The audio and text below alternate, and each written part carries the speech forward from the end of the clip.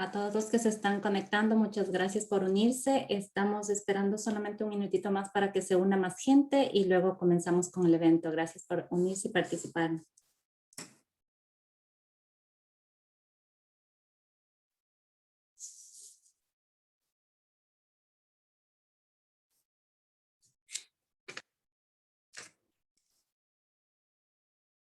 Mientras les puedo comentar y pedir que las preguntas que las tengan las puedan poner directamente, escribir en el Q&A, en la Q y la A.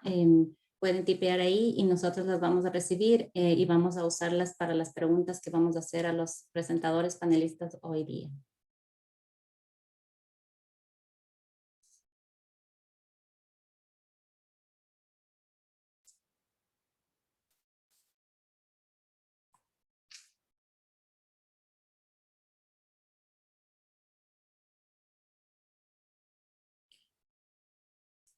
Un momentito más y vamos a empezar ya.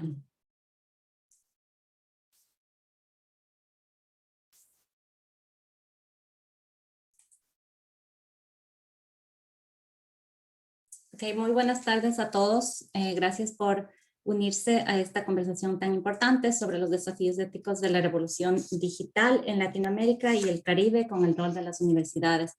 Estamos muy agradecidos al Banco Interamericano de Desarrollo, especialmente al LAF, al Laboratorio de Innovación y Tecnología, por darnos la oportunidad a las universidades latinoamericanas de empezar esta conversación sobre un tema tan actual como son los desafíos éticos y la revolución tecnológica. Muchas gracias especialmente a César Buenadicha, pero también a todas las personas del equipo del BID que han apoyado para la creación de este evento, y gracias también a las universidades latinoamericanas que hoy se están sumando a esta iniciativa.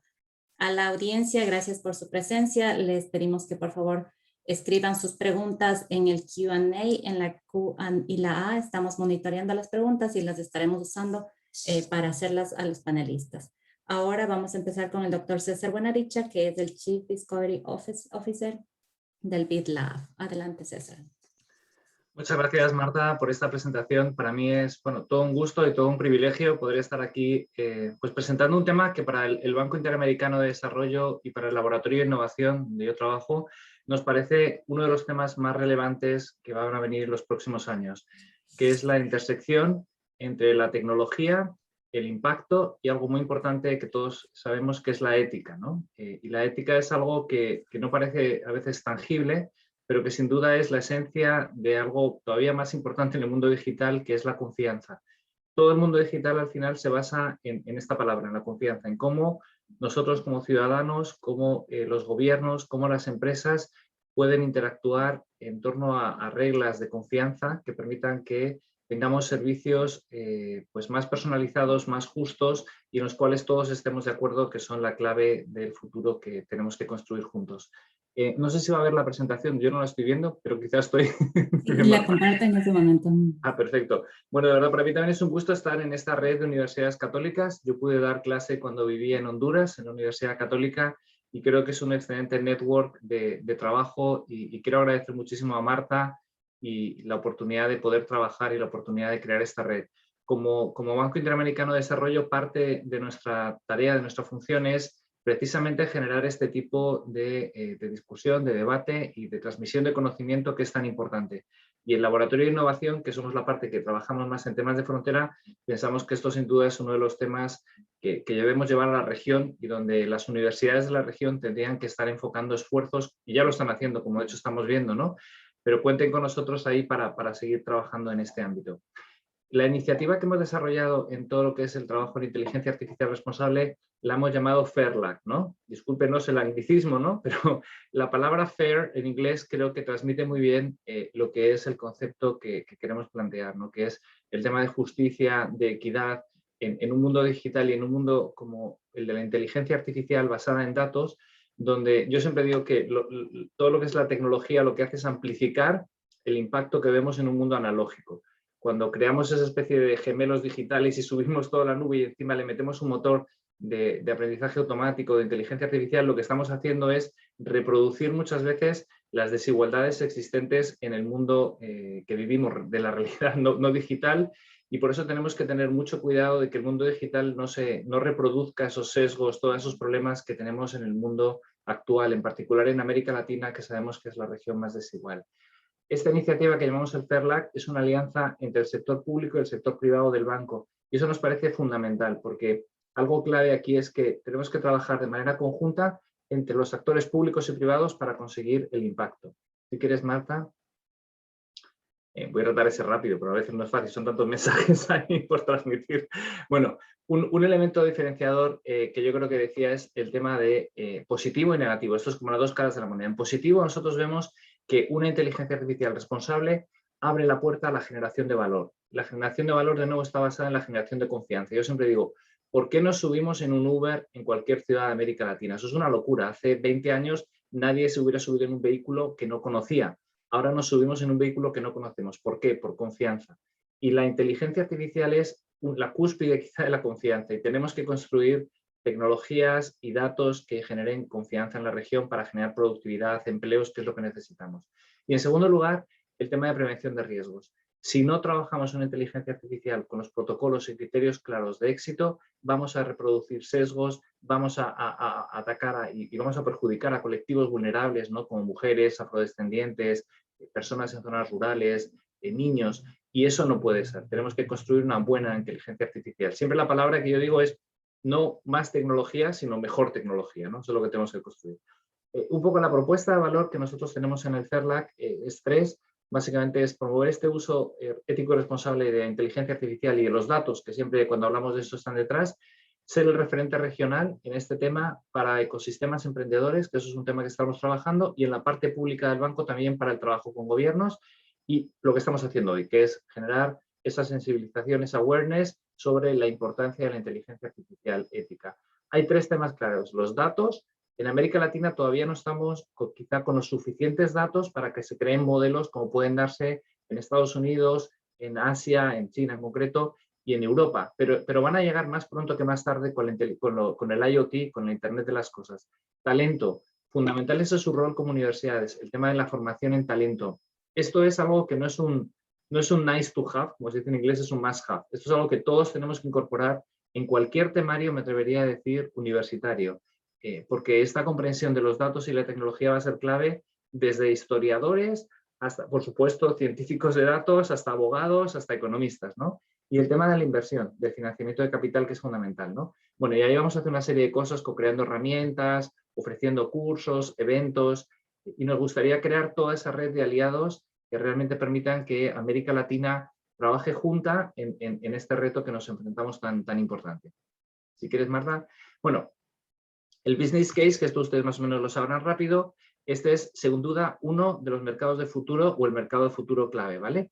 El segundo tema es, esto es algo importante para emprendedores, para gobiernos y para todo el mundo que tenemos que trabajar. Si quieres pasa, Marta, para ir un poco rápido, así no quito los 5 minutos. Esta es nuestra propuesta de valor.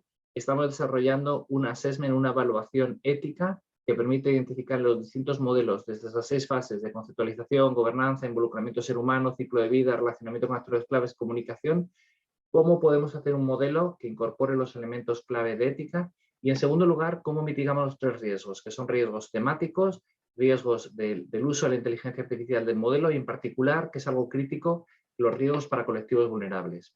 Y último, ¿cuál es el que pensamos, si quieres Marta pasa, que es nuestro papel para las universidades, ¿no? Ustedes tienen que trabajar mucho y yo creo que la clave de ese trabajo es un trabajo integrado desde todos los departamentos de las universidades que incorporen el tema de datos y, por supuesto, la inteligencia artificial como una segunda evolución, como algo transversal en las disciplinas y que aprovechemos las fortalezas que tienen las universidades en el análisis ético y en el análisis de cuestionamiento de la realidad, con casos de uso, con casos donde ha habido problemas, no solo donde ha habido éxito, sino donde ha habido problemas para evolucionarlo y crear entre todos ese conjunto de herramientas que permita que América Latina se posicione. No quiero tomar más tiempo, si quieres, este es mi correo electrónico y realmente me pongo a disposición y vuelvo a agradecer a la Universidad Católica por este espacio. Gracias a todos. Muchas gracias a César por su participación, a todas las personas que se unieron. Por favor, nos pueden poner las preguntas en el Q&A y las vamos a estar mirando para hacerlas a los panelistas después de cada intervención. Ahora yo brevemente, yo soy Marta Cruz, la directora de Economía de la Catholic University of America en el Departamento de Economía, y les voy a compartir muy brevemente una presentación sobre lo que estamos haciendo perdón, lo que estamos haciendo en mi universidad, específicamente en el Departamento de Economía. Okay.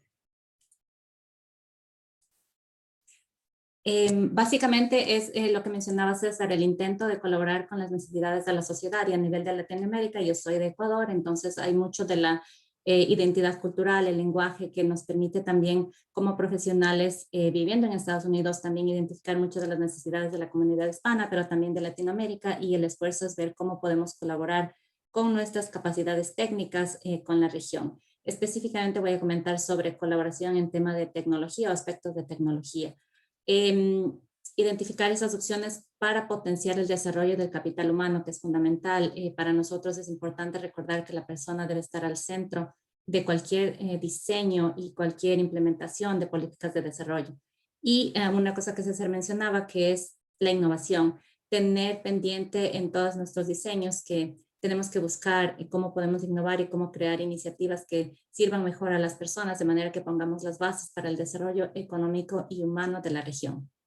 En cuanto a colaboraciones en las que he participado directamente, muchísimo en Latinoamérica y el Caribe en tecnología y educación. Hay muchos ministerios de educación preocupados de cómo tratar de incorporar tecnología en el proceso educativo, pero de una manera que sea comprensiva, de una manera que sea sostenible, porque también es un costo muy grande y muchas veces eso frena las iniciativas porque se piensa que se necesita demasiados recursos que no se puede adquirir.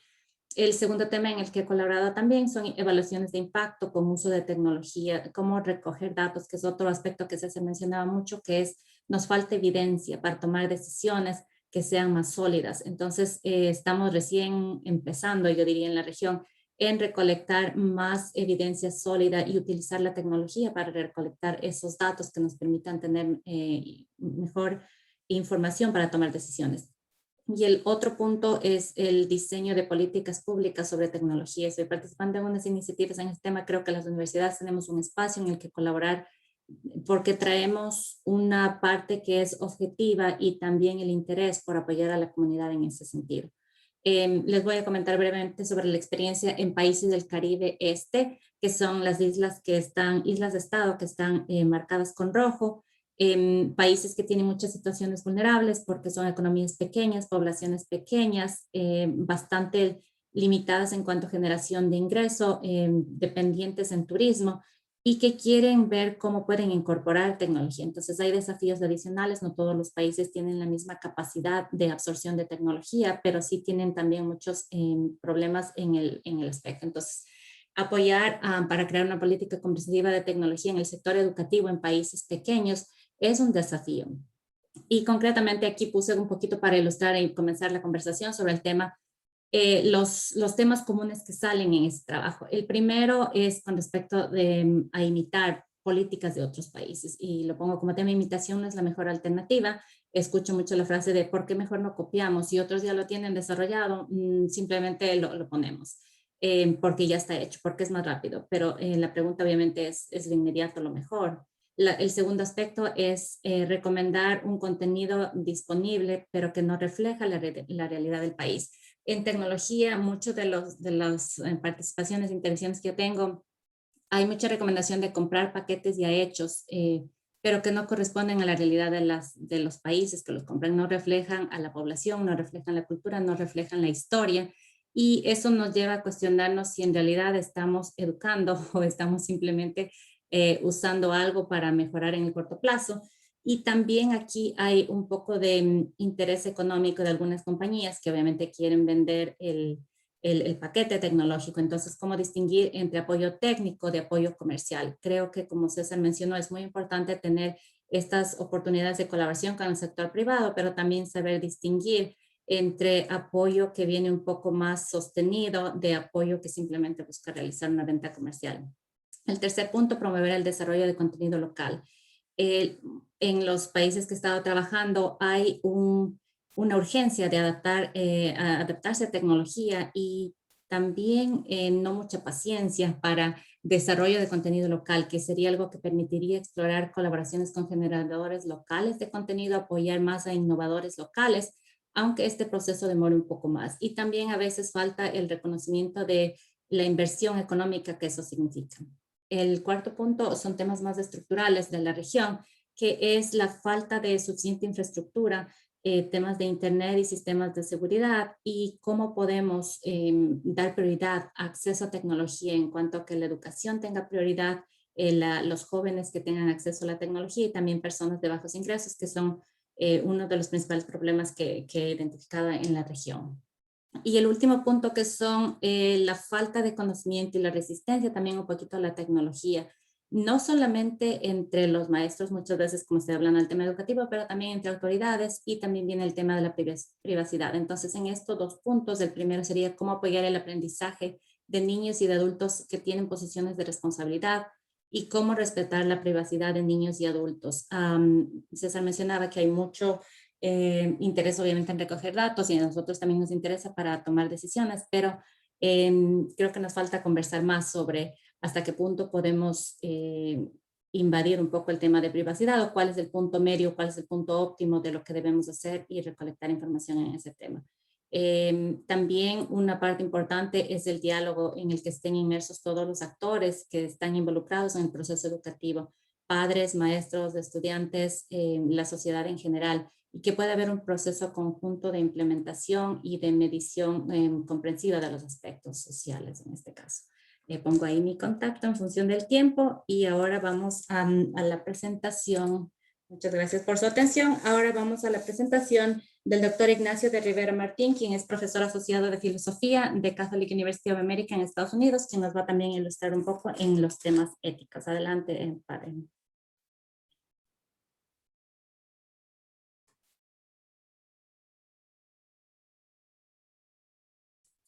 No le estamos escuchando. Buenas tardes a todos, o buenos días, dependiendo de dónde estéis. Como han indicado, yo quiero ofrecer un poco una luz desde el punto de vista filosófico o ético, que se une a otras muchas luces que vamos a tener aquí. Y me venía a afrontar la cuestión de la tecnología desde el punto de vista de lo que es el trabajo humano. El trabajo humano a la luz del hombre y de Dios. O sea, que donde vean trabajo, entiendan también la tecnología como un elemento. Y quería, en primer lugar, pues reflexionar sobre el lugar que ocupa el trabajo, la tecnología en la vida humana. Y es que es una dimensión fundamental y también universal de toda la vida humana, tanto por ley natural como por revelación. Y es una actividad humana a la que dedicamos casi todo el día, mucho más que a dormir y a comer. Y bueno, pues eso ahora es el trabajo, pero dentro de poco la técnica pues va invadiendo espacios y tiempos de la vida humana. ¿Cuáles son un poco las grandes preguntas que nos surgen? ¿Por qué hay que trabajar? ¿Para qué? ¿Por qué usar la técnica? ¿Cuál es el elemento humano que está en juego? ¿Cuál es el modo virtuoso de usar la tecnología? ¿Qué novedades y retos se plantean en la sociedad actual y moderna y posmoderna en este trabajo, en este uso de la tecnología? Y también para muchos de nosotros la pregunta de cómo trabaja, cómo usa un cristiano esa tecnología, que tienen que ver con Dios, con la creación, con el pecado, con Cristo, etcétera.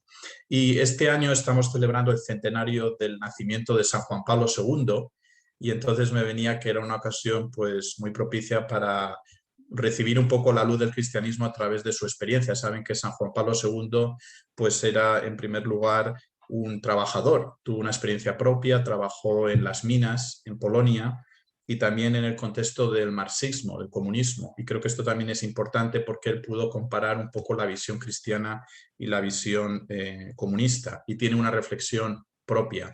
Y yo les invitaría, si alguno está interesado, a releer una encíclica que se llama Laborens Exercens, que escribió en 1981 sobre el trabajo, y desde la cual pues yo quiero extraer ahora y compartir con ustedes algunos puntos más fundamentales. El primero de ellos, como ven ahí en el punto D, es qué visión del hombre, qué visión del trabajo y de la técnica. Es decir, dime cómo entiendes la técnica, dime cómo entiendes el trabajo y te diré cómo entiendes el hombre, y viceversa. Y creo que esta es la clave fundamental. Si a nosotros nos interesa ahora una reflexión antropológica y teológica, es porque entendemos que la técnica no es algo neutro, que la técnica es algo en las manos del hombre, como el trabajo. Y de lo mismo se dice de la sociedad. Dime cómo entiendes al hombre, te diré cómo entiendes la sociedad, cómo entiendes la economía, o como nos dice el Papa Francisco en la encíclica Laudato Si, hay una economía integral. Esa es la palabra creo clave, que hay una unidad. No podemos separar al hombre del trabajo y al hombre del que utiliza la tecnología. Tenemos como dos visiones, ¿no? Simplificando un poco la visión, podríamos decir, marxista que ha predominado en el siglo pasado, y es una visión reducida, en el que todo se centra en la producción, en el cuerpo, en la falta de una trascendencia. Y frente a ella tenemos una visión pues, más aristotélica, podríamos decir, más cristiana, en la cual entendemos el trabajo y el uso de la tecnología en su contexto más amplio. Es decir, que incluimos, es algo integral, es algo unitario. El trabajar y usar la tecnología es construir la persona y construir la sociedad. Y trabajamos y usamos las cosas no solo como un cuerpo, no somos un mero consumidor, tenemos un espíritu y una visión trascendente.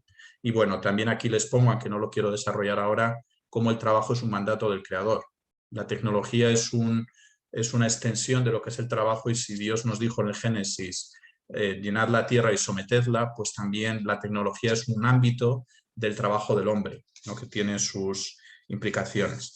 El punto también muy importante, ahí les pongo el trabajo como acción del hombre. Aquí San Juan Pablo II tiene una distinción que creo que es muy útil. Él distingue entre la dimensión objetiva y la dimensión subjetiva del trabajo. Y podríamos aplicarlo también a la tecnología. Dimensión objetiva se refiere al hecho de transformar, producir, desarrollar.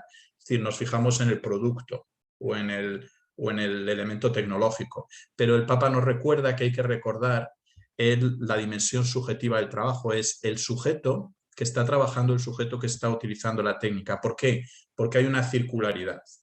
Es decir, al trabajar, al usar la técnica, también nos trabajamos, por así decirlo, nos usamos y se configura la persona humana. Y ya en el año 1981, pues porque la tecnología es muy antigua, ¿no? Ahora es una tecnología de un tipo, pues ya reflexionaba pues, de la importancia de la ambivalencia de la técnica y la industria, ¿no? Es la mejor aliada del hombre, pero también puede ser adversaria del hombre. Entonces esa es la pregunta que nos interesa. ¿Qué tecnología, cómo construye o cómo destruye al hombre? A continuación, el Papa también reflexionaba como los tres grandes ámbitos del trabajo, que podemos decir que son los tres grandes ámbitos de la tecnología, que son la familia, la sociedad y la persona humana. Él hablaba de la dignidad de la persona humana, que es un sujeto libre. Fíjense, es importante, el que usa la tecnología es una persona con una dignidad, lo recordaban antes, es decir, no es un robot usando una máquina, el que lo usa es el hombre. Y eso es realmente importante, es un ser consciente, racional y libre que implica una dignidad, que se realiza como persona en lo que hace y en lo que usa, que es un reflejo del creador, que la medida, este es un tema también muy importante del trabajo, es el hombre. El trabajo y la técnica son para el hombre, no el hombre para el trabajo y la tecnología. Y qué importante es evitar que se invierta ese orden, ¿no? Y cómo el trabajo no solo transforma las cosas, la tecnología, pero nos transforma y nos edifica a nosotros mismos. Y luego podríamos, la dimensión, esa primera es la personal, luego la familiar, pues cómo el trabajo es el sustento de la familia y cómo la tecnología va a ser un elemento cada vez más fundamental en la vida de toda familia. Bueno, pues cómo sirve la tecnología a la vocación familiar del hombre, a entender y a formarse como persona. Y por último, cómo contribuye al bien común. Es decir, estamos aquí todos porque nos interesa ver cómo la tecnología puede hacer un mundo mejor, ¿no? Nos hablaban del fair lack, ¿no? Pues ese deseo de que sea. Y por último, la cuestión de la ecología, que creo que es un tema muy importante también, de, como nos decía el Papa Francisco, hay una ecología integral, tenemos que hablar del hombre, pero también somos administradores de la creación, pero no somos tiranos de la creación. Dios no dijo tiranizar la tierra y romperla, ¿no? Dijo someterla y usarla con eso. Bueno, y por último, ya el Evangelio del Trabajo, que creo que también es una reflexión para todos aquellos que valoramos lo que es la visión cristiana, cómo puede ayudar la visión cristiana a vivir la técnica y la tecnología. Es decir, cuál es el modo cristiano que contribuye a una vida plena. Y ya el apartado B, y con esto concluyo, una luz sobre por qué estamos aquí representantes de distintas universidades. Y es porque la universidad tiene una vocación, y es que ser el hogar de la ciencia y de la técnica. ¿Por qué reflexionar el contexto universitario? Porque el trabajo y la técnica son una parte de un todo mayor.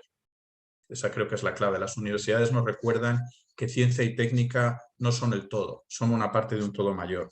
Y aquí hay dos palabras clave que son arquitectura, y no me refiero a la arquitectura de los arquitectos de las casas, la arquitectura del conocimiento humano y la interdisciplinariedad. Es decir, trabajamos entre nosotros y nos enriquecemos unos a otros, pero también hay un orden.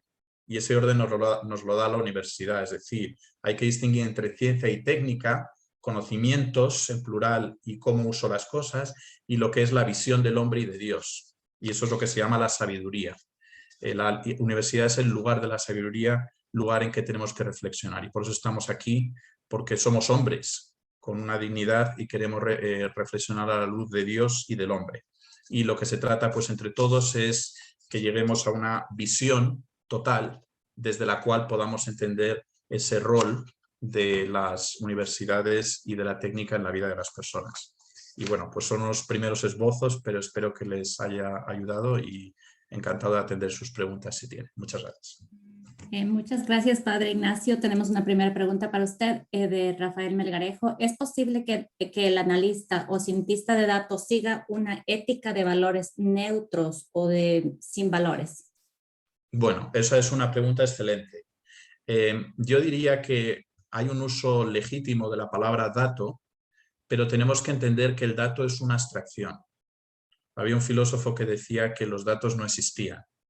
Y yo creo que lo que se refiere, evidentemente, no es decir que yo puedo tener un dato, sino la cuestión de que el dato es simplemente una parte de un todo mayor. Por ejemplo, mis hábitos tecnológicos o cómo uso yo la técnica es una cuestión que puede reducirse a un dato, pero es un dato del padre Ignacio, ¿verdad? Es un dato de un todo mayor. Y entonces hay un uso neutro en el sentido de que legítimamente yo puedo utilizar una serie de datos, pero yo no puedo olvidar que ese dato pertenece a un todo mayor. Y creo que ahí es donde está la cuestión ética. Es decir, por eso la vida humana no es simplemente un dato o mis hábitos de consumidor, sino siempre son los datos de una persona. Igual que en el laboratorio una persona no puede utilizar una célula diciendo esto es solo una célula. No, es una célula, por ejemplo, de un ser vivo. Entonces eso ya implica unas cuestiones éticas. Entonces es muy importante, los datos se pueden distinguir, pero no se pueden separar de la visión ética. Muchas gracias. Una segunda pregunta de Rubén Valladolid Montejano. ¿En un futuro la tecnología puede llegar a ser más accesible o con la constante innovación llegará a ser cada vez más cara y más difícil de conseguir o menos difícil de conseguir? ¿Esto de qué manera ética afectaría a las personas, sobre todo desde el punto de vista empresarial, que necesitan de algunos recursos actuales pero no podrían conseguirlos debido a la constante innovación? Bueno, pues ahí yo creo que se podría enmarcar la pregunta un poco más general, y es que la justicia requiere que toda persona humana cuente con los bienes necesarios para una vida humana digna y plena. Entonces usted está preguntando sobre cómo se aplica eso a los empresarios. Y hay una justicia también en el sentido de que todo empresario debería contar con los medios necesarios para poder competir, ¿no? Había cuestiones ahí que un poco me exceden a mí de competencia desleal o de justicia, no sé cómo decirlo, económica, pero evidentemente lo que habría que entender es en qué sentido esos bienes tecnológicos son esenciales a lo que es una vida humana y son esenciales a lo que es un desarrollo empresarial en el siglo XXI.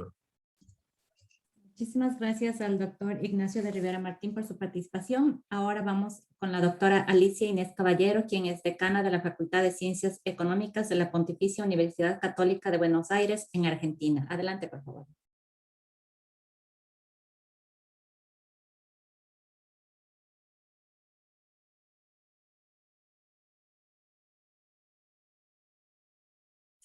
Está en mute.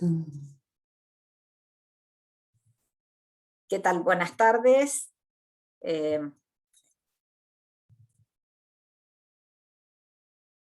Ahora... Sí, sí la estamos escuchando. ¿Sí? Bueno. Un minuto que... Bueno, empecé por el final, en realidad. Perdone, que no sé qué pasó acá.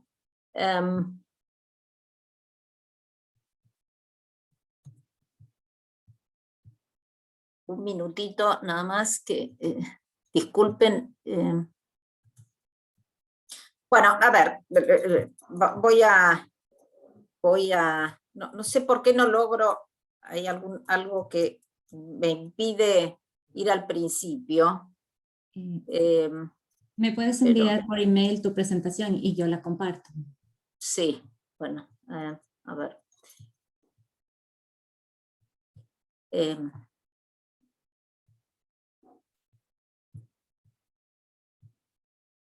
Espera un minuto que te la envío, que no sé por qué.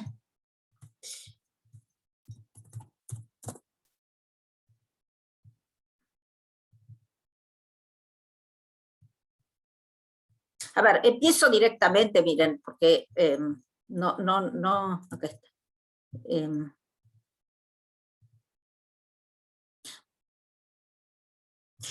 Bueno, total, no es demasiado complicado hacerlo sin presentación.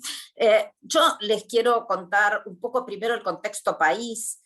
Argentina es un país con una economía fuertemente inestable, mucha fragilidad social. Nuestro PBI cayó el año pasado 9.9%, tenemos una inversión sobre PBI de apenas 14%, una inflación en los últimos 12 meses de 40.7%, desempleo del 11% y una pobreza que alcanza al 42% de la población y al 60% de los chicos, de los niños. Esto genera esta realidad es impactada de distinta manera, tanto por la tecnología, por el trabajo y por las cosas que se plantean en este debate.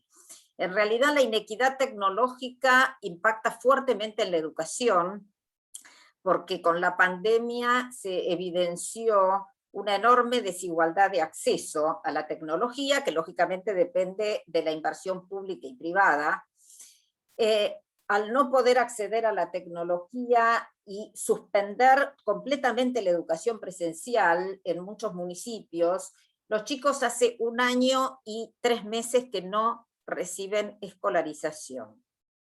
Y yo quiero aclarar que antes de la pandemia el 50% de los chicos en Argentina no terminaban en tiempo y forma la secundaria, ¿sí? Claramente todos ustedes entienden que impedir la educación es condenar el futuro, ¿no? En cuanto al tema del trabajo, en Argentina los sindicatos son muy fuertes, hay una enorme preocupación por parte de los sindicatos de que la tecnología reemplace al trabajo, entonces en muchos casos hay una enorme aversión a la incorporación de tecnología, por ejemplo, en el ámbito de las finanzas. Todos sabemos que para las finanzas el tema de la utilización de tecnología es fuertemente inclusivo. Bueno, esto no es fácil imponerlo precisamente porque en general los sindicatos son reacios. De más está decir que Argentina ha tenido muy buen desempeño con empresas de base tecnológica, de hecho tenemos 5 unicornios que en conjunto crearon 27.000 empleos aproximadamente en los últimos años, con lo cual no es indiscutido que la tecnología puede mejorar la situación laboral de la gente, pero lógicamente de gente que en general tiene mayores niveles de capacitación. Es por eso que para las universidades es un desafío enorme ayudar a impulsar la educación de los jóvenes. Hay un tema también importante que es que los organismos reguladores de la educación en Argentina, tanto de la educación de grado o secundaria y primaria, como de la educación universitaria, son en general bastante rígidos, con lo cual tampoco es fácil actualizar programas, que esto es un cambio importante que debería darse en el país.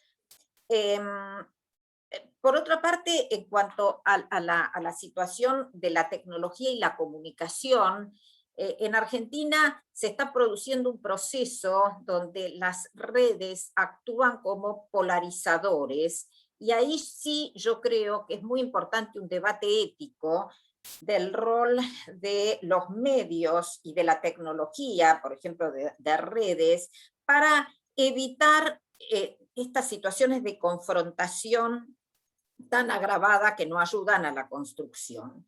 A la construcción, digo, de un país, ¿no? En muchos casos se discuten personas en lugar de discutirse ideas.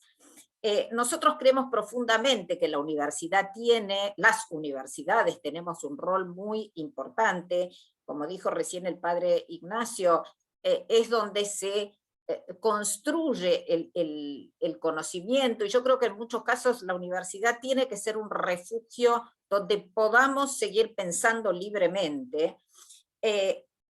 Tenemos que, además, como universidades, buscar soluciones a los problemas de este tiempo y de nuestras sociedades respectivas. Cada país tiene su impronta, su cultura, su sociología, entonces no necesariamente lo que funciona bien en un lugar funciona bien en otro. Nosotros en nuestra universidad tenemos un reconocido observatorio, que es el Observatorio de la Deuda Social Argentina, que desde hace prácticamente 20 años sigue muy de cerca el tema de la pobreza. En muchos casos lo que dice y señala no es muy aceptado por los políticos de turno, y ese diagnóstico lo usamos desde nuestras facultades para de alguna manera generar conocimiento que mitigue esa realidad. Particularmente la Facultad de Ciencias Económicas, desde hace ya muchos años, hace un programa para lo que llamamos NINI, que son chicos que no estudian ni trabajan, para darles habilidades y capacidades para que puedan insertarse en la vida laboral. Algunos de ellos que todavía no terminaron la secundaria, de alguna manera los impulsamos para terminarla. Algunas de estas habilidades tienen que ver con el mundo de la tecnología. Por ejemplo, testeo de juegos, reparación de celulares, nociones de programación, de coding, en fin, tratamos de desarrollar, de darles esas herramientas. También desarrollamos programas de capacitación para mujeres vulnerables, que además de darle algún tipo de capacitación en oficios, les damos elementos de valoración personal para también hacerlas, fortalecerlas internamente y enfrentar algunas situaciones como la de violencia de género. En todos nuestros programas, justamente, como dijo Marta, estamos tratando de incorporar la evaluación de impacto como una herramienta importante para medir, para analizar externalidades positivas y negativas. Esta herramienta no es algo que esté demasiado difundido en Argentina. Nosotros sí tratamos de incorporarla, lógicamente requiere el trazado de la línea de base, que no siempre está disponible. Entonces, bueno, esa es una herramienta que creemos importante. La inclusión es para nosotros un eje de nuestro proyecto institucional, y dado que la tecnología puede ser aliada en la inclusión, estamos incorporando en programas de extensión, transferencia, programas de posgrado, distintas herramientas tecnológicas. Lógicamente, la tecnología requiere inversión pública y privada. Para que la tecnología sea accesible hay que tener conectividad, y la conectividad en realidad depende mucho de la inversión. En este momento, como les comenté en un principio, la inversión en Argentina no está atravesando, en este momento y desde hace ya muchos años, no está atravesando un buen momento, y por eso, de alguna manera, nuestra universidad está tratando de generar algunos acuerdos como para permitir un proceso de inversión en medio de la inestabilidad que, bueno, que Argentina tiene ya desde hace algunos años. Así que bueno, perdón mi problema, que no sé por qué ocurrió, pero eso es básicamente lo que quería comentarles, y como buena maestra y profesora que soy, estoy acostumbrada a lidiar con, con el no PowerPoint. Muchísimas gracias a la doctora Alicia. A la pregunta de Mónica Chalac, ¿cómo insertar el sistema Nini en los sectores rurales y cómo tener secuencia en la enseñanza a grupos prioritarios? Bueno, Argentina, el problema que ha tenido, que data de los años 50, es que ha habido una gran migración interna de lugares rurales a la periferia urbana. Nuestros pobres están fundamentalmente en la periferia. En realidad, dado que Argentina es un país tan rico en su agro, en sus recursos, el que se quedó en algún lugar rural, en realidad tampoco tiene una situación tan depresiva, excepto, bueno, en algunas provincias, pero digo, la población, con toda la pobreza que tenemos en el conurbano, la realidad es que tenemos ya mucho trabajo. De todas maneras, la UCA tiene sedes en algunos lugares del interior y algunos programas pueden ser liderados desde ahí. Pero la mayor marginalidad no está tanto en el interior rural como en el conurbano bonaerense. Muchas gracias. La segunda pregunta de Jason Roncancio. ¿Qué incentivos o mecanismos existen en sus universidades, en su universidad en concreto, a través de los cuales se promueve la creación de valor social con el conocimiento generado en las universidades? Bueno, a ver, el incentivo es fundamentalmente un incentivo personal en orden de una misión.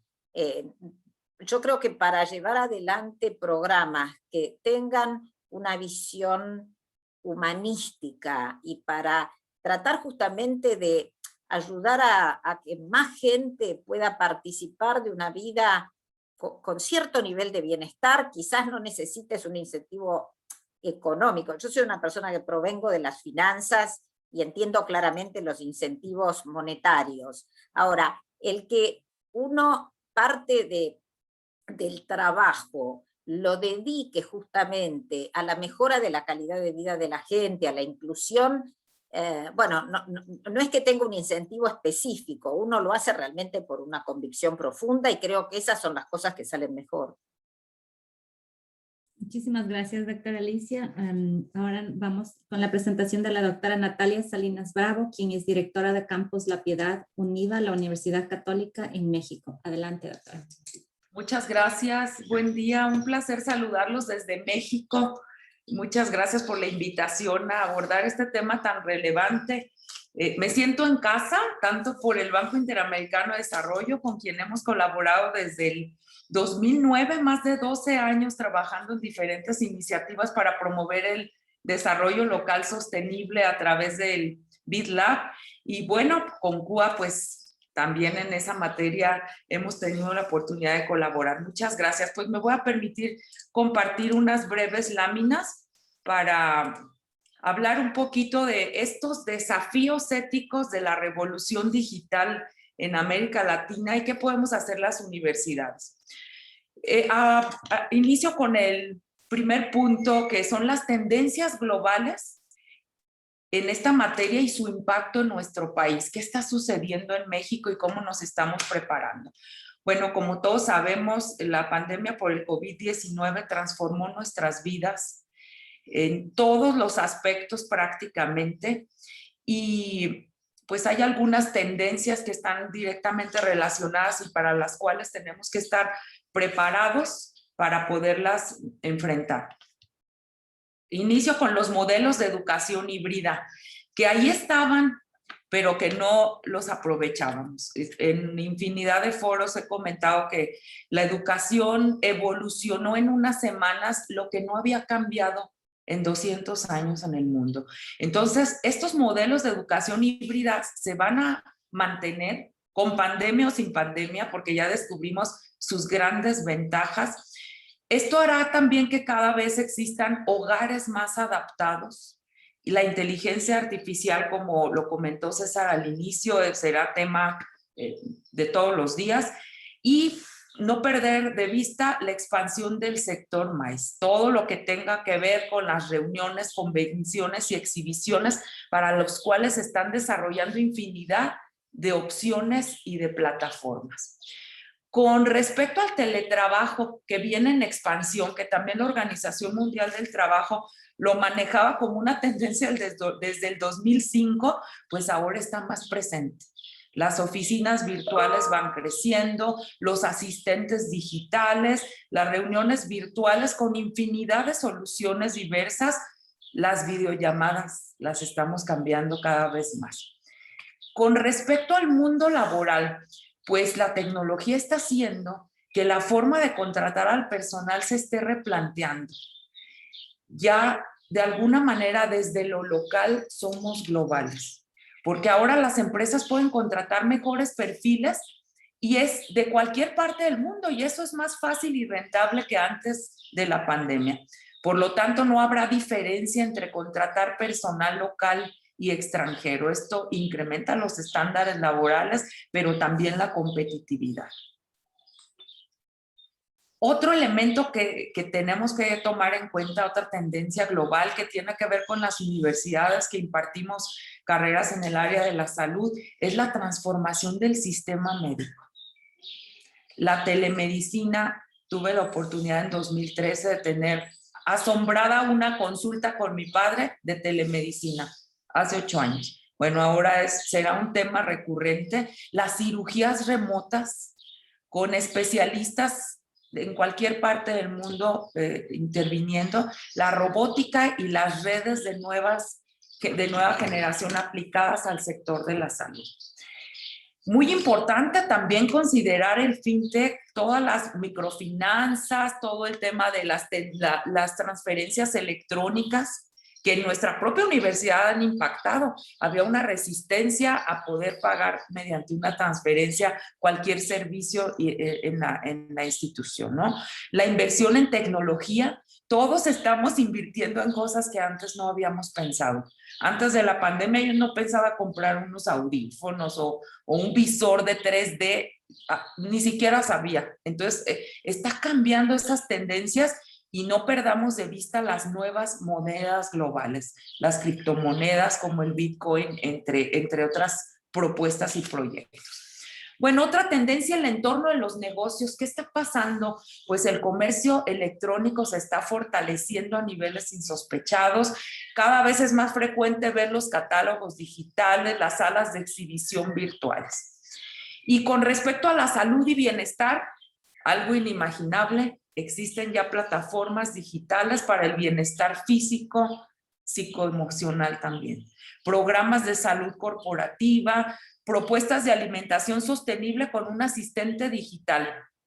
Entonces, como vimos en estas tendencias, la revolución digital ha impactado prácticamente todas las áreas de nuestra vida y en todo el mundo, no solamente en América Latina. Entonces, entrando a la segunda parte de esta presentación, ¿cuáles son esos dilemas éticos que hablaba el padre al iniciar este panel? Identifico algunos, porque hay que buscar ese equilibrio. Las personas estamos siendo desplazadas, y no solamente en el sector productivo o empresarial, industrial, en nuestras propias casas, con nuestros propios amigos. Y esas escenas que estamos viendo aquí creo que no son ajenas para nadie de nosotros, ¿no? Podemos estar todos juntos, pero separados por la tecnología. Entonces, considerar esos dilemas éticos para aprovechar la tecnología siempre a nuestro favor. La brecha digital. El coronavirus ha revelado, ha puesto en evidencia la desigualdad en el acceso a la tecnología y a los recursos digitales en México y en América Latina. Y les comparto un par de datos. Con respecto a México, el 56% de la población tiene acceso a Internet. Solo el 44% de los hogares tiene computadora. ¿Cómo hemos trabajado en estos 14 meses de pandemia? Con respecto a América Latina, pues la CEPAL reportó a finales de 2019 que el 66.7% de los habitantes tienen acceso a Internet. Esa brecha digital es un reto que se convierte en un dilema ético. Ahí está la tecnología, pero no es para todos. Otro elemento a considerar fundamental es la confidencialidad y el manejo de los datos personales, la ciberseguridad, porque ya vimos en las tendencias, no será solamente el tema comercial o el tema educativo, son temas de salud física, mental y emocional que van a estar expuestos o que ya están expuestos. Entonces es un reto en el que las universidades tenemos que seguir trabajando. La confusión informativa nos aleja de la verdad. Yo creo que todos estamos expuestos a un bombardeo permanente de información. Entonces, este es un reto también que tenemos que enfrentar y que debemos considerar no perder de vista. Finalmente, paso a la tercera parte de esta presentación, el papel de la Universidad Católica y su liderazgo en esa inclusión tecnológica que necesitamos promover en América Latina. Bueno, aquí hay algunas propuestas desde la UNIVA, desde la Universidad Católica en México. ¿Qué estamos haciendo? ¿Cómo pretendemos abordarlo? Primero, desde el currículum institucional.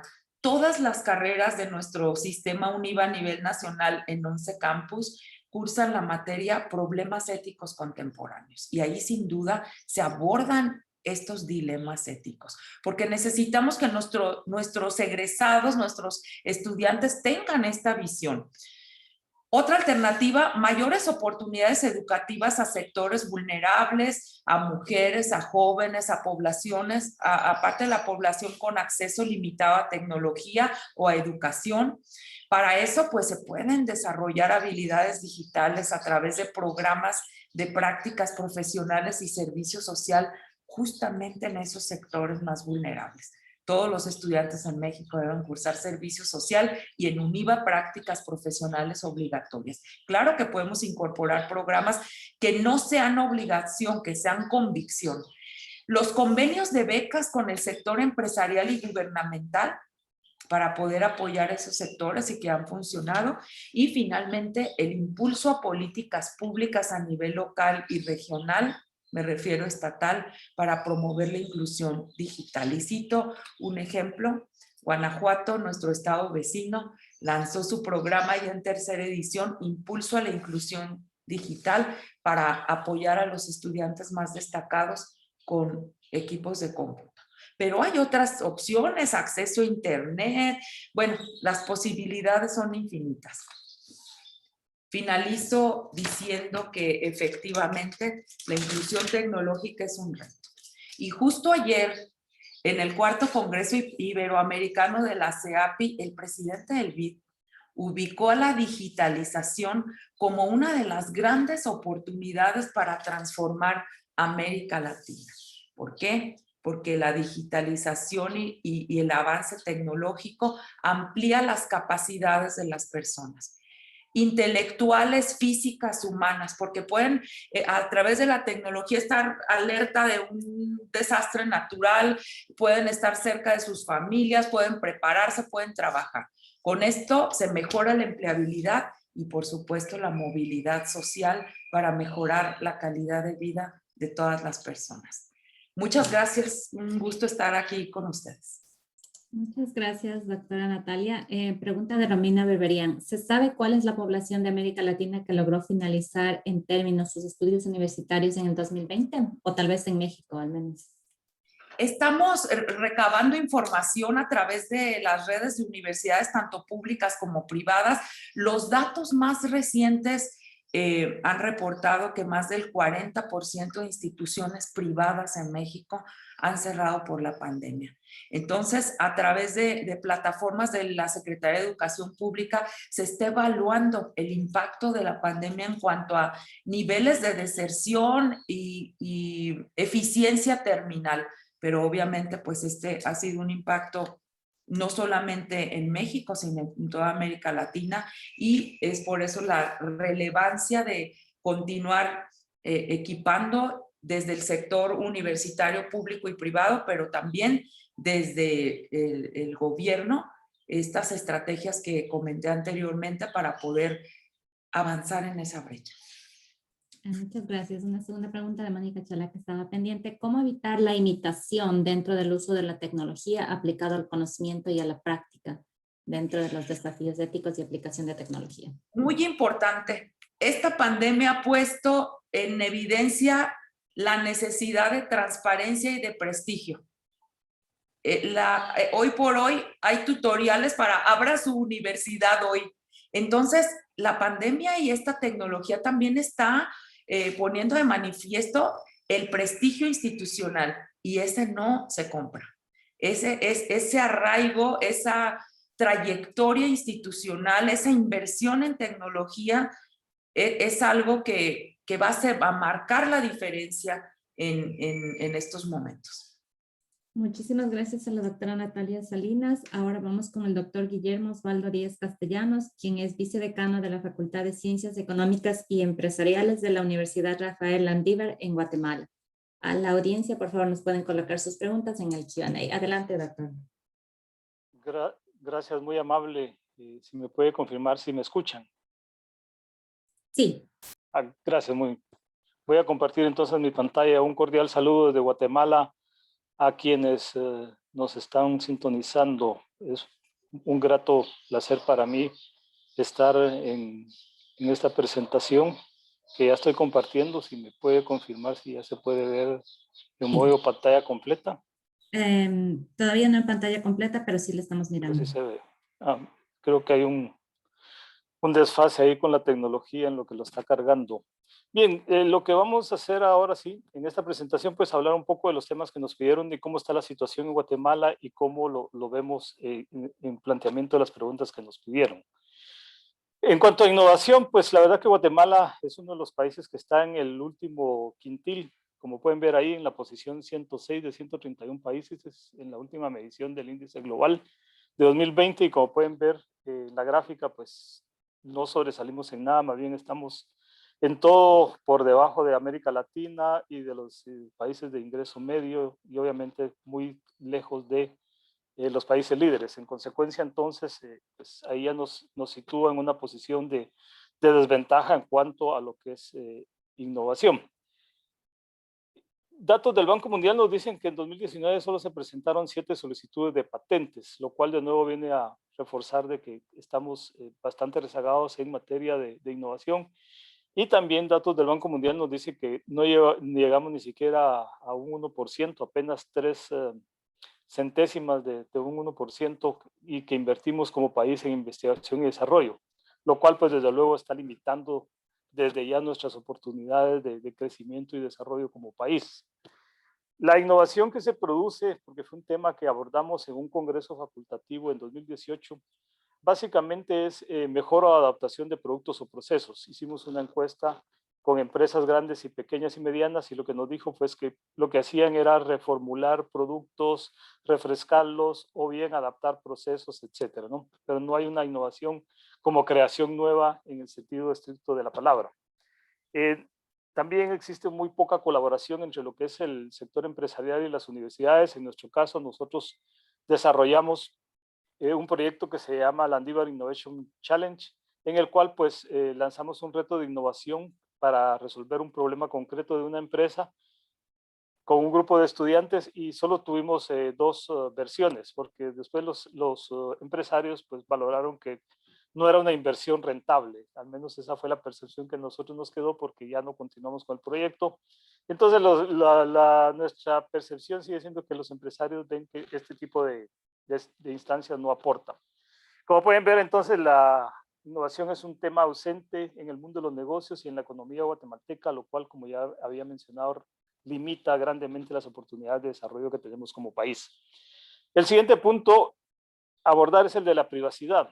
Y en este tema ahí sí tenemos para hablar de serios debates y desafíos tanto legales como éticos. A pesar de que en el país existe una ley de protección de datos personales, en la práctica esta se está incumpliendo, y a pesar de que nuestra máxima instancia jurídica, la Corte de Constitucionalidad declaró ilegal la venta de datos personales. En el país todavía siguen funcionando 5 empresas como mínimo que venden datos personales, principalmente empresas del sector financiero.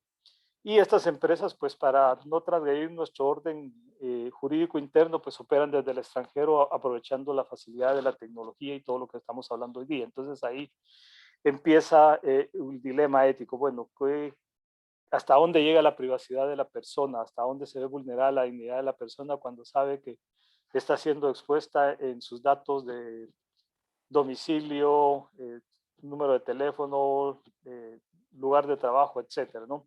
Y todo esto se está viendo un poco expandido a través del data mining y el business intelligence, que ahora pues sin que uno lo esté pidiendo, de pronto le llega un mensajito de que hay una oferta de esto, hay una oferta de otro, o porque vieron que uno andaba en una búsqueda de internet de algo, de información, y de pronto ya lo están llevando a uno a comprar algo que no quiere o no necesita en ese momento, ¿no? Entonces, la gran pregunta es, ¿los datos personales siguen siendo personales o ya no lo son tantos?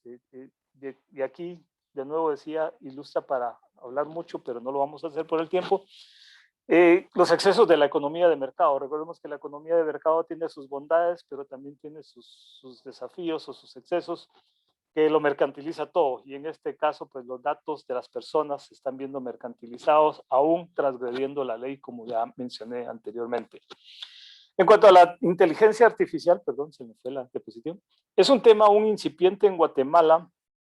Nosotros lo abordamos también en un congreso facultativo que le llamamos The Future of Business, y hablábamos sobre estos temas que nosotros llamamos la automatización de las oficinas y la robotización de las empresas.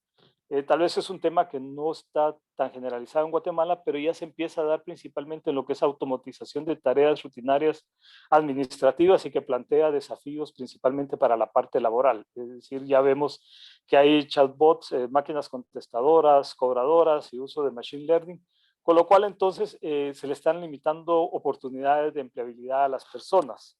De hecho, en nuestra universidad había una caseta para cobrar el parqueo, y hoy lo que hay es una máquina que cobra. Entonces ya no sé qué pasó con esa persona, si fue reubicada o sencillamente fue despedida, pero es parte de los desafíos que nos emplea esta tecnología. No estoy diciendo que no se deba adoptar, el problema es que va a tener consecuencias. Y esas consecuencias las podemos ver en el tercer vínculo ahí que he puesto, de los chatbots. Tuvimos una vinculación con una empresa de call center, y yo le hice la pregunta muy directa. Le dije, mire, realmente hasta dónde va a haber una pérdida de empleo, principalmente por la importancia que está teniendo en nuestras áreas urbanas en el país, y principalmente para jóvenes, algunos de nuestros jóvenes universitarios, para poder generar recursos y pagarse la universidad, pues se emplean en un call center o un BPO, como se suele llamar, ¿no? Entonces me decía él con toda honestidad que según sus cálculos era que más o menos un 20% de los empleos se van a perder, o se va a dejar de generar empleos, porque obviamente ya no va a ser una persona que me atienda en la llamada, pues sino va a ser una inteligencia artificial con un chatbot que va a poder reconocer mi voz, entender mis preguntas, etcétera. Entonces, como muy bien lo planteaba el padre Ignacio, pues el trabajo va más allá de simplemente tener un medio para ganarse la vida, sino implica mi pertenencia social, quién soy, cómo me identifico, qué es lo que hago, etcétera. Entonces, la inteligencia artificial concebimos que va a limitar ese derecho al trabajo. En inequidad tecnológica, observaba con mucho detalle los datos de la colega de México y también de la colega de Argentina, porque ahí sí tenemos serios desafíos. Como pueden ver ahí, de acuerdo con nuestros datos del último censo de población que publicó el Instituto Nacional de Estadística, 30% de nuestra población tiene acceso a Internet y 20% tiene acceso a una computadora. Entonces tenemos unas brechas digitales bastante serias que se hicieron más evidente en esta pandemia. Ahí hay una gráfica de una empresa mercadológica, Kantar, que muestra cómo a nivel de Centroamérica, la región, nosotros como país fuimos en Guatemala el que menos creció en acceso a Internet, apenas un 8%, mientras que la región creció un 13%. O sea, agregamos otros 3 puntos más porcentuales a nuestra brecha digital en términos de la región centroamericana como país. A pesar de ello, pues Se habla mucho de que en Guatemala existen más teléfonos que personas, lo cual es cierto. Somos 17 millones de habitantes, más o menos, y tenemos alrededor de 19 millones de teléfonos. Pero esa es una ilusión tecnológica, no monetaria, como dirían mis colegas economistas, sino tecnológica, porque el 95% de esas conexiones son de servicio prepagado. Es decir, si las personas no tienen el dinero para hacer su recarga, pues obviamente no puede tener acceso a comunicación, a la internet y todo lo que ellos le brindan, ¿no? Entonces, y eso se vino a hacer más elocuente ahora con la pandemia en el área de educación, como ya mencionaba. De hecho, ya antes de esto veníamos en un retroceso bastante grave en el acceso a la educación primaria, ya casi habíamos llegado al 100%, y hoy día, el 2019, andábamos con un 80%. Yo estimo que cuando salgan las cifras del año 2020 estaríamos alrededor de un 65-70%, o sea, sí vamos a tener un severo retroceso en la cobertura de educación primaria. De hecho, en educación secundaria, solo el 43% de nuestros chicos logran terminar la educación secundaria, ¿sí? Entonces, la brecha tecnológica, como ya dice, es bastante alta, obviamente por las condiciones de pobreza que tenemos como país, que también es alta. Y ahí, de nuevo, la gran reflexión es que limita las oportunidades de crecimiento. Una persona que hoy día no esté vinculada a la tecnología, pues obviamente se limitan sus oportunidades de empleabilidad, de generación de ingreso, de comunicación, de aprendizaje, etcétera, ¿no? Ya decía, en muchas de nuestras escuelas, o incluso muchos de nuestros estudiantes de universidad, principalmente en las áreas rurales, la forma como se conectan no es con una computadora, sino es con un celular, con todas las deficiencias que ello implica, ¿no?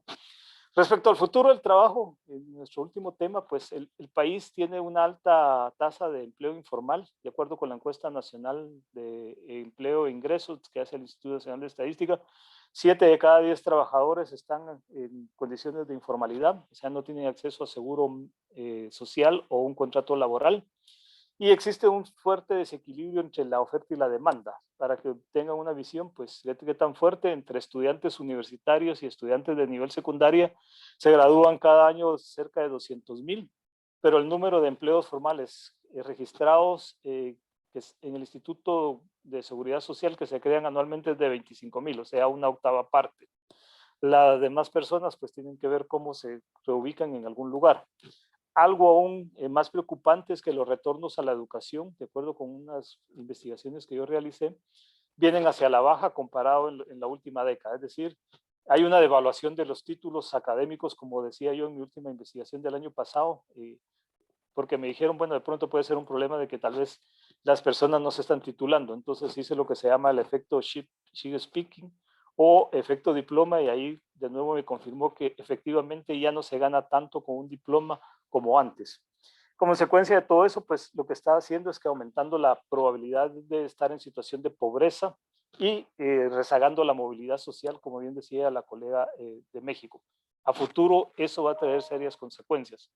Entonces, para concluir, algunos dilemas éticos y desafíos respecto a esto, pues hasta dónde llega la privacidad. Vamos a contratar personas o en máquinas. Yo a veces digo en el lugar de trabajo, bueno, no sé cuándo voy a tener a mi Alexa ahí en la entrada de nuestra oficina. Yo no voy a ser un asistente, sino va a ser ese asistente virtual y no sé cómo me voy a sentir saludando a esa máquina. Lo más importante, despedir o no despedir. ¿Qué hago con estas personas? ¿Las voy a despedir para reemplazarlas por máquinas, por programas, por software?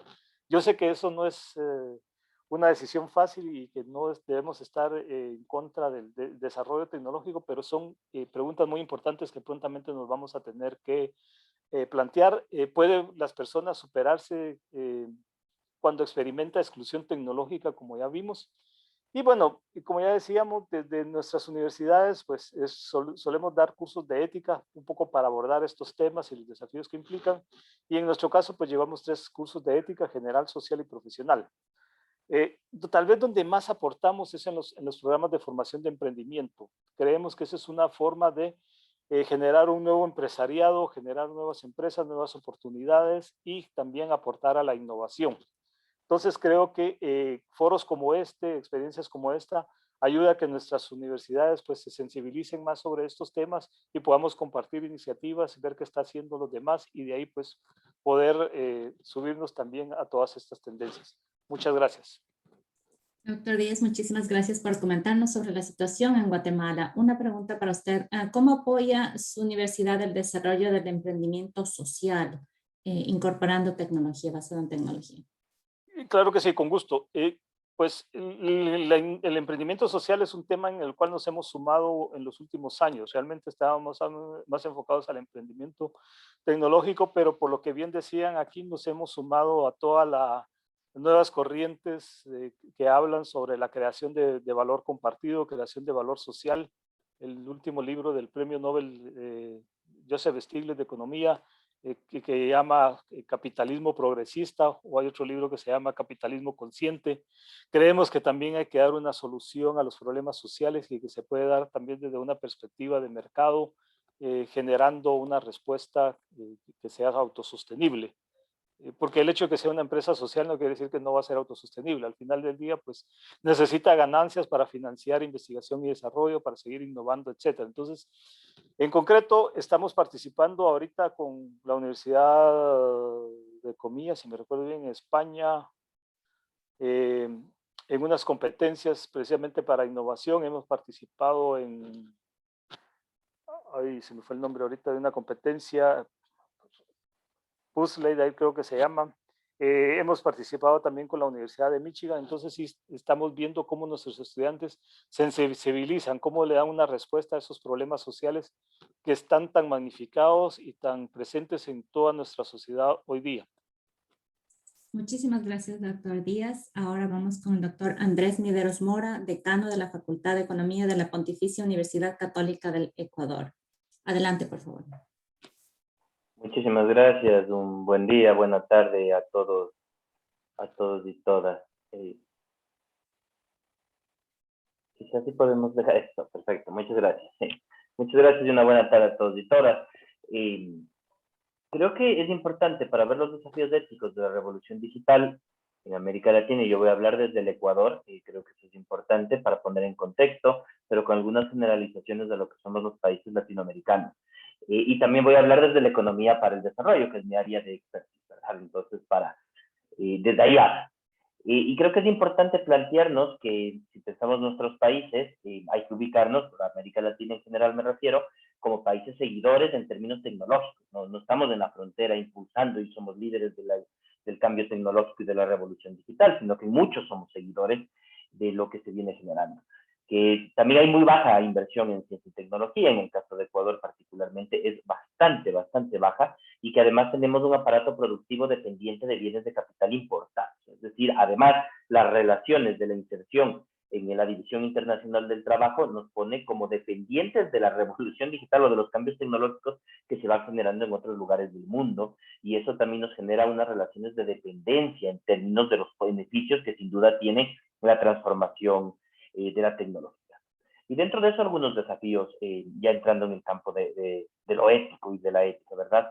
Lo primero, todo eso del Big Data, el Machine Learning y otros elementos de la ciencia de datos que lo que permiten es explotar grandes cantidades de información. Información que hace algunas décadas no estaba sistematizada, que luego estuvo sistematizada, pero que era muy difícil procesar, y que ahora podemos procesarlas con nuevas técnicas y con nueva capacidad computacional también. Y esto, para llevarlo a lo ético, yo lo entiendo en el sentido de que otorgan poder. Y creo que desde ahí hay que considerarlo. Toda esta capacidad de procesamiento de información, de simulación, etcétera, otorga capacidad de influencia dentro de la sociedad. Es un poder de quien logra gestionarlo. Y es en ese sentido que nunca ha sido más evidente eso de que la información es porque está ahí. Y esto permite y genera unos riesgos, además, en términos democráticos. Vemos cómo se puede influenciar procesos electorales, decisiones políticas. Es una herramienta inclusive que pueden utilizar nuevos populismos para posicionarse electoralmente, aún dentro de instituciones democráticas, y ahí hay un riesgo fuerte. Un segundo riesgo, más en lo económico, es que además esto permite generar asimetrías de información, ¿verdad? Lo que los economistas llamamos estas fallas del mercado. El mercado es ineficiente cuando no hay información completa y perfecta entre todas las partes. Y esto, al estar acaparado en determinados sectores, genera asimetrías de información, y quien posee esta información puede además acaparar riqueza y generar un tipo de de falla del mercado, un monopolio, y beneficiarse de estas estructuras. Entonces, un segundo gran riesgo que está ahí. El primero más democrático, el segundo más de los procesos económicos y la asignación de recursos, y lo tercero también ya se ha dicho, ¿no? Pierde el contacto humano, ¿no? Entonces también existe un proceso de desconectar a la sociedad y de romper esos lazos sociales que nos hacen humanos finalmente. Y ahí comparto algo que lo había mencionado Ignacio, no podemos separar al dato de la persona. No podemos separar a la persona de su dignidad y a la dignidad de la persona de los datos que estamos usando, y por ende es una cuestión ética. La ciencia de datos no puede ser vista únicamente como un elemento técnico neutro, no lo es, porque esos datos son personas, son vidas, son sueños, son dignidades, finalmente, sobre las cuales estamos generando un conocimiento que nos permite influenciar en esas personas. Entonces hay unos límites inclusive sobre la libertad real de las personas que tenemos que poner en discusión. Segundo, como economista debo decir, y algo ya mencioné, genera fallas del mercado, genera monopolio. Ya las patentes en sí mismo, que son un incentivo a la inversión e innovación, ¿verdad? Tienen sus problemas éticos, porque entregan un monopolio por determinado periodo de tiempo bajo el argumento de generar el incentivo para recuperar la inversión del riesgo que había hecho quien invirtió en un descubrimiento, ¿no? Pero se vienen generando dos problemas de esto, que eso ya tenía sus problemas de por cuánto tiempo, cuánto retorno, de qué pasa en temas médicos, por ejemplo, es ético una patente que restringe el acceso a una vacuna contra la COVID-19 o contra el VIH-Sida o contra este tipo de enfermedades, ¿no? ¿Es ético? Es difícil decirlo. Yo digo que no, pero sé que es difícil decirlo, ¿no? Pero ahora se complica más porque la revolución digital permite que la innovación sea mucho más rápida, y además ha permitido que los líderes de innovación se conviertan, esos procesos de destrucción creativa que llamamos los economistas de Schumpeter, ¿verdad?, se monopolicen y estén dentro de una misma empresa. Entonces ya no son muchas empresas en muchos lados del mundo compitiendo por quién es líder, quién es seguidora y que van cambiando, sino que se interioriza dentro de unidades de una misma empresa. Prueba de eso es Google, por poner un ejemplo. Entonces, permanentemente sigue siendo líder una determinada empresa que se vuelve transnacional y permanentemente sigue siendo líder una determinada sociedad, un determinado país. Y el resto, entonces, los procesos de catching up, que se llaman, ¿verdad?, de cierre de la brecha tecnológica, se vuelven más difíciles para los seguidores. ¿Es eso justo? ¿Está bien eso? Son las preguntas que vamos generando, ¿no? Y además, en términos de desarrollo, esto genera entonces, refuerza lo que Acemoglu y Robinson llaman las instituciones extractivas, ¿verdad?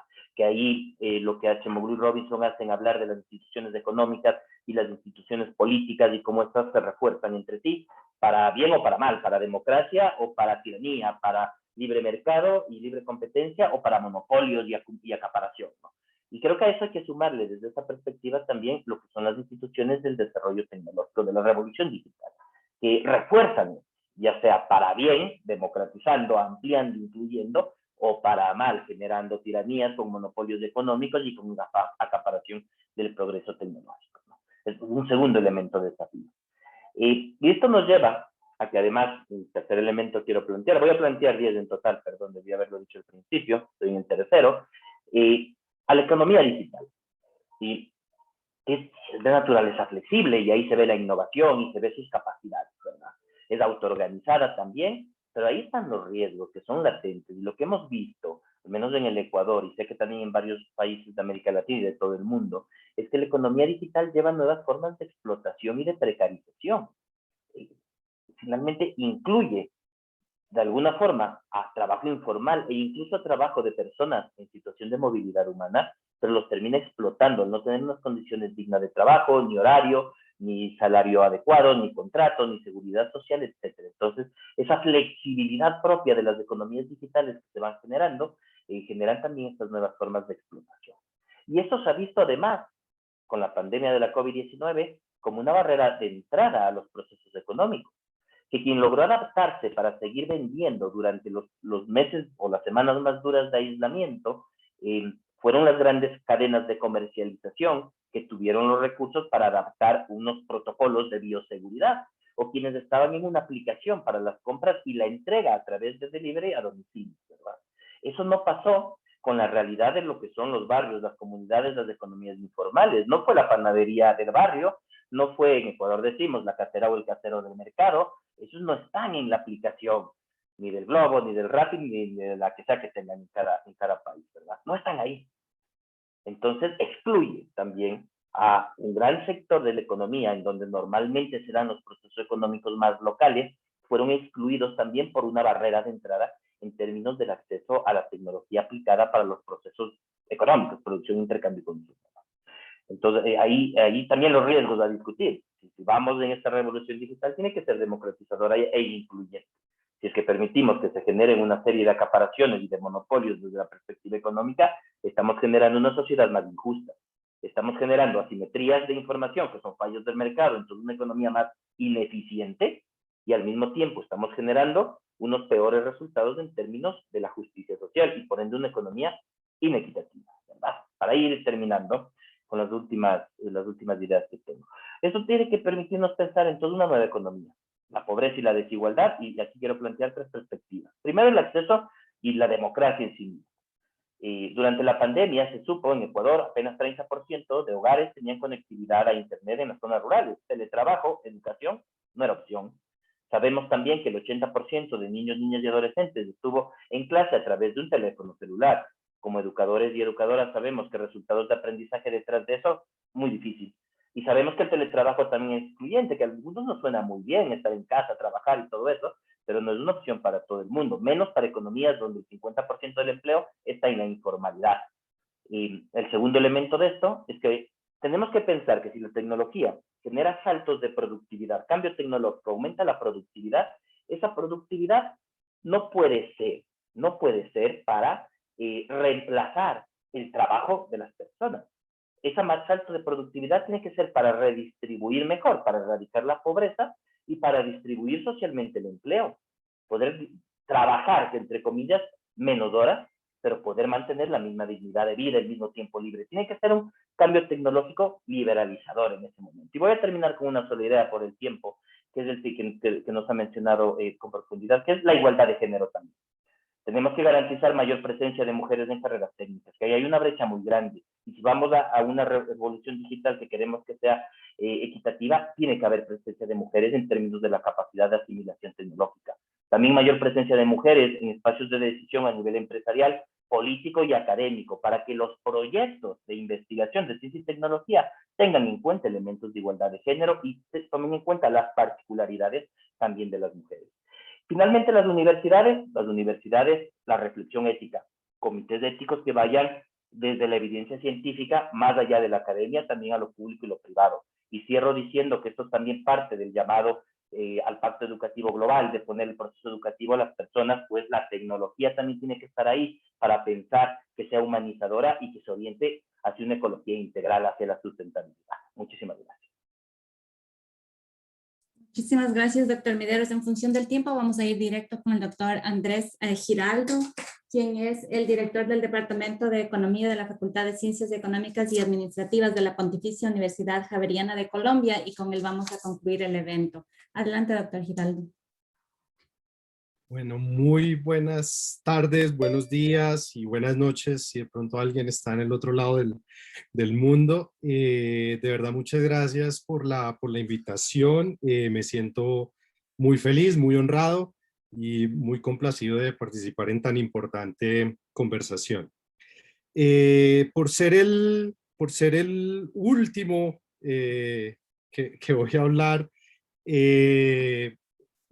pues voy a repetir muchas de las cosas que mis colegas han mencionado, pero voy a tener una particularidad y es, voy a hablar de un aspecto de política pública que hoy en día es muy importante en Colombia, porque fue, digamos que el polvorín que encendió las marchas recientes en Colombia, protestas pues que son digamos, mundialmente ya conocidas, que se han extendido ya por 3 semanas. Este miércoles cumplimos ya 3 semanas de marchas continuas, bloqueos, marchas pacíficas, la inmensa mayoría de ellas, pero desafortunadamente algunos desbordes de orden público. Entonces, quiero plantear, digamos, la charla pues, dando unos datos rápidos relacionados con la revolución tecnológica. Desde mi punto de vista, porque la ética resulta siendo importante frente a esta revolución. Una reflexión sobre la política fiscal y digamos, sobre política fiscal estructural. Bueno, yo soy economista y pues no iba a dejar de serlo en la charla, entonces quiero plantear una reflexión que, digamos, está inspirada en el caso, en lo que estamos viviendo en Colombia, pero que muy seguramente va a ser transversal para muchos países de Latinoamérica.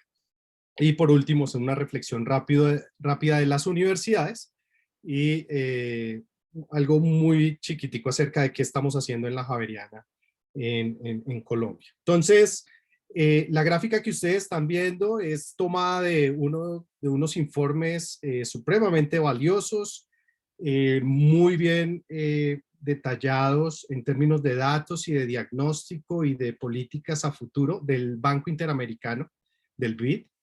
Son los informes acerca del futuro del trabajo, el impacto sobre los salarios, sobre las brechas, de la adopción, pues de la revolución tecnológica.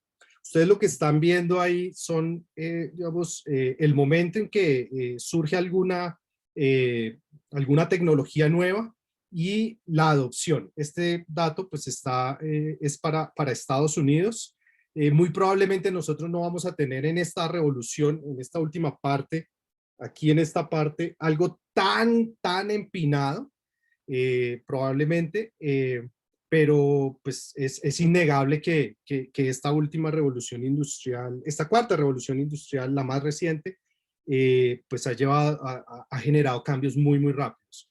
Entonces, fíjense, adopciones a comienzos de siglo todavía pues, se demoraban un poco a lo largo del siglo XX para ser adoptadas. Sin embargo, nuevas tecnologías generadas en la mitad, un poquitico más allá, demoraban un poquito menos, en ser adoptadas, pero lo que estamos viendo en los últimos años es una adopción supremamente rápida. ¿Sí? Entonces, pues básicamente el mensaje es la velocidad de esta última o de la más reciente revolución tecnológica, la cuarta revolución industrial, trae una mayor velocidad de adopción. ¿Y cuáles son los potenciales impactos en América Latina? Este cuadro también es tomado de los informes del BID, del futuro del trabajo. Y fíjense que, por ejemplo, para Guatemala, mi colega guatemalteco habló hace poquito de los grandes problemas en Guatemala. El 75% de los trabajos pueden ser potencialmente reemplazados por automatización. En Estados Unidos apenas el 47% y es uno de los países con mayor automatización. Desafortunadamente no aparece el caso de Colombia, pero muy seguramente no es muy distinto de nuestros amigos latinoamericanos. Entonces, esta cuarta revolución industrial tiene un potencial gigantesco, y digo potencial porque todavía no la hemos visto, al menos en Latinoamérica, digamos a su máximo esplendor.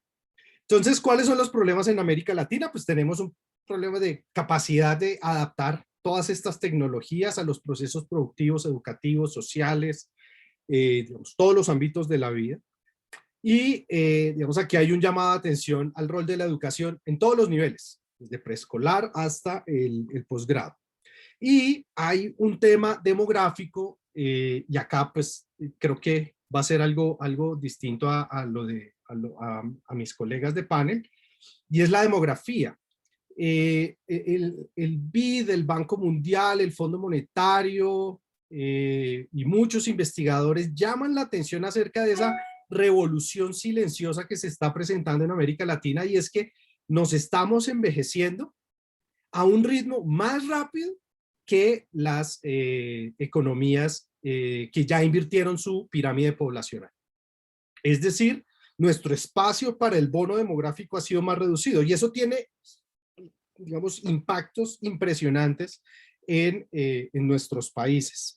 Desde problemas en nuestros sistemas pensionales, lo cual, digamos, profundiza aún más las grandes dificultades fiscales por las que la mayoría de los países latinoamericanos estamos pasando y que se acentuaron con la pandemia, pero además que dado que se está envejeciendo digamos, la población y se está invirtiendo la pirámide poblacional, muchas de las personas que habitualmente no eran contratadas por ser mayores, no sé, mayores de 50 años, que es el caso, digamos, colombiano, incluso mayores de 40, para los mayores de 40 años que pierden empleo, digamos, se les dificulta tremendamente encontrar un empleo.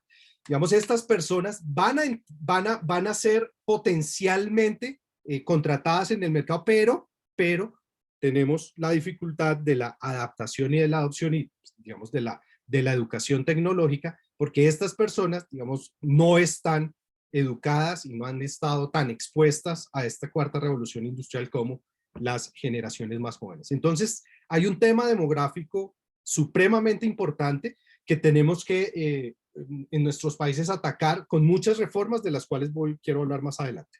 Entonces, ¿por qué la ética? Bueno, los dos grandes efectos de la revolución tecnológica digamos, en el mercado laboral es que ayuda a complementar a los trabajadores, ¿sí? Pero eso trae efectos positivos, como la productividad, por ejemplo, hace más productivos a los trabajadores, porque les da más herramientas para hacer en el mismo tiempo más cosas o hacer, digamos, lo mismo en menor tiempo, ¿sí? Pero eso tiene efectos negativos, como lo comentaron mis predecesores, temas de privacidad, temas de comportamiento, moldear el comportamiento, digamos, eso también tiene, digamos, unos grandes problemas y aparecen ahí, digamos, los temas éticos. Pero donde más, digamos, donde potencialmente los problemas pueden ser mayores es en el proceso de sustitución de los trabajadores. Lo vimos con la gráfica anterior. Haciendo un promedio rápido de los países latinoamericanos que están en esa gráfica, más o menos el 63-62% de los empleos pueden ser potencialmente reemplazados por automatización. Entonces esa sustitución, ¿sí?, va a generar altos niveles de desempleo, y si le sumamos el tema de la pandemia, su impacto sobre los mercados laborales y sobre la desigualdad, pues vamos a estar enfrentados a un problema social gigantesco. Las marchas en Colombia es un reflejo de eso. Claro, hay unas marchas, digamos, cuyo objetivo, digamos, es violentar el orden público, pero una gran parte de los participantes de las marchas son jóvenes, los que se conocen con los ninis, ni tienen acceso a la educación ni pueden acceder fácilmente al mercado laboral, y que están manifestando su gran descontento por todos estos problemas que la pandemia ha traído. Entonces, algo de política fiscal. Aquí, perdón, pues no podía dejar de ser economista. Piensen en un momento en el precio del capital relativo al trabajo. R es el costo del capital, W el costo del trabajo. Entonces, R sobre W es un costo relativo. Resulta que nuestros países, todos los latinoamericanos, habitualmente le hemos cargado a la generación de empleo unos impuestos. Llamemos los impuestos a la nómina. Entonces, si R no cambia, fíjense que no ha cambiado R. Lo único es que W es más costoso por los impuestos cuando se genera empleo. Pues la decisión racional de una firma es mirar una combinación de capital y trabajo, pues que le beneficie, que se vea, la cual produzca lo mismo o produzca más con unos costos más bajos. Entonces, como el W está cargado con un costo que es el impuesto a la nómina, pues la decisión racional es aumentar, buscar más capital y bajar trabajo. Pero si a eso le sumamos que llevamos mucho tiempo pensando siempre en nuestros países y sobre todo en Colombia, incentivos tributarios al capital, pues el impacto va a ser aún mayor respecto a, digamos, a la búsqueda de acumulación de capital en detrimento de el trabajo. Entonces, lo que se está haciendo desde el punto de vista fiscal es no solamente facilitar la acumulación de capital, sino casi que dando incentivos fiscales para esa adopción aún más rápido de la tecnología. O sea, si la tecnología venía a un ritmo determinado, la política fiscal la está acelerando la adopción de esa tecnología a través de estos incentivos tributarios. Pero hay un problema, y es que si se demora, digamos, pensemos en que al caer la mano de, digamos, a disminuir el empleo, pues la decisión de política pública sea demoremos entonces la revolución tecnológica, pero eso pues va a afectar a los consumidores. Entonces, digamos, desde el punto de vista fiscal estamos en un gran dilema. Entonces, dejarla invariante, no hacer nada, es seguir limitando la acción del gobierno, que ha sido muy importante en los últimos años, en los últimos meses a raíz de la pandemia. Y si la dejamos igual, estamos viendo que estas últimas reformas tributarias y las tendencias en términos tributarios, pues están bloqueando el crecimiento económico y acentuando la desigualdad. Entonces, ¿qué se tiene que pensar? Pues cambios estructurales en la política fiscal, cambiar el gasto público, cantidad y calidad en la educación. Los informes recientes de la OECD, Banco Mundial, muestran que efectivamente cada vez más personas tienen acceso a la educación, incluso a nivel preescolar y básico, casi es el 100%, pero tenemos que empezar a pensar ya en la calidad de la educación. Hay un tema que se está discutiendo ampliamente y es el ingreso básico universal. Incluso en Colombia parece ser que hay un consenso que eso puede ayudar. La renta básica la llamamos acá. Obviamente la implementación, digamos, hay diferencias políticas en términos de la implementación. Y cambios en los impuestos. Necesitamos mayor progresividad. El tema de, digamos, enfrentarnos a la pandemia nos ha llevado nos ha mostrado que tenemos un problema fiscal serio, problema fiscal estructural, y que la única forma es asegurar la progresividad. En Colombia, en el 2019 se aprobó una reforma tributaria con incentivos tributarios de casi 12 billones de pesos. Hay que empezar a pensar en desmontarlos y efectivamente hacer un estudio serio, y aquí entra el rol de las universidades, de cuáles son esos sectores que requieren estos incentivos para poder despegar. Y bueno, un tema que incluso ya lo planteó Bill Gates, y es impuestos a los robots. En Corea del Sur han implementado algo parecido, no tanto a los robots, sino a los ingresos que se generan que son generados en industrias donde tienen un alto componente de los robots. Y eso, digamos, para el caso de latinoamericano podría servir para financiar parte de la renta básica. El rol de las universidades. Esto es un cliché, pero necesitamos enseñar a aprender. Nosotros ya no necesitamos, esa idea de la educación como la transmisión del conocimiento, definitivamente tenemos que mirar la forma de desecharlo y pasar a esto de enseñar a aprender y, digamos, ir implementando la idea del entrenamiento para las habilidades y las tareas y no tanto para los oficios. Y en términos de investigación, obviamente seguir hablando de estos temas, seguir planteando estos temas, seguir influyendo en las políticas públicas. Desde la Universidad Javeriana, en los últimos años se han venido implementando tres grandes programas, por ejemplo, el Observatorio Fiscal, que es algo similar al Tax Policy Center, donde se trata de, la idea es comunicar al público todo el tema de las finanzas públicas. Está el Laboratorio de Economía de la Educación, fundamental en estos últimos meses para entender el impacto de la pandemia en el sector educativo, que muchos de mis predecesores hablaron, y el tema de género y economía, porque las brechas se ampliaron, las brechas urbana, rural, la brecha educativa, público-privado, etc. Entonces, como reflexión final, desde el Estado, una reforma educativa, necesitamos una reforma educativa.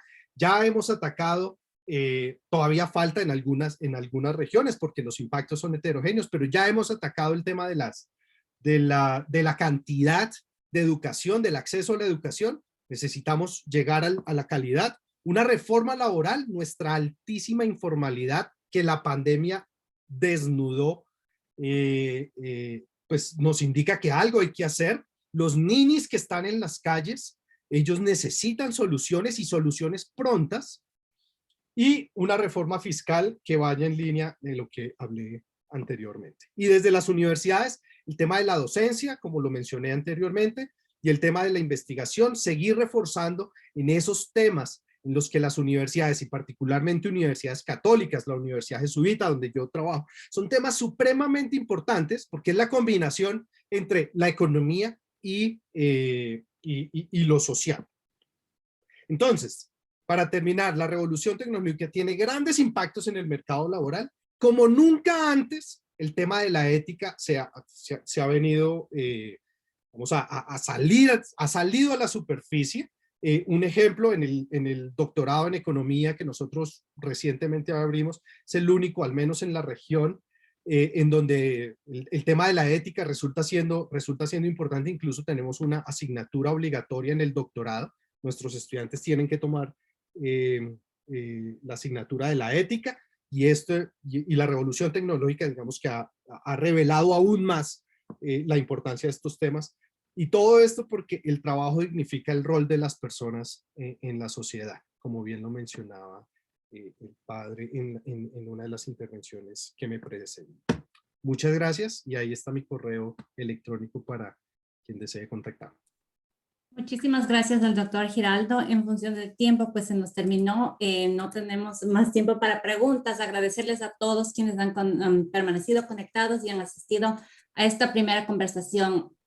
Hay mucho más que las universidades necesitamos empezar a colaborar y compartir, y entonces este es un llamado a todos los participantes para involucrarnos más. La idea de esto es poder seguir creciendo, organizar más eventos en los que podamos compartir y discutir más sobre estos temas. Entonces les voy a pedir a todos que por favor nos compartan sus presentaciones para poder difundirlas a la audiencia, y que todos los que estén interesados pues nos hagan saber para continuar este evento. Unas palabras finales de César, me imagino quiere mencionar algo.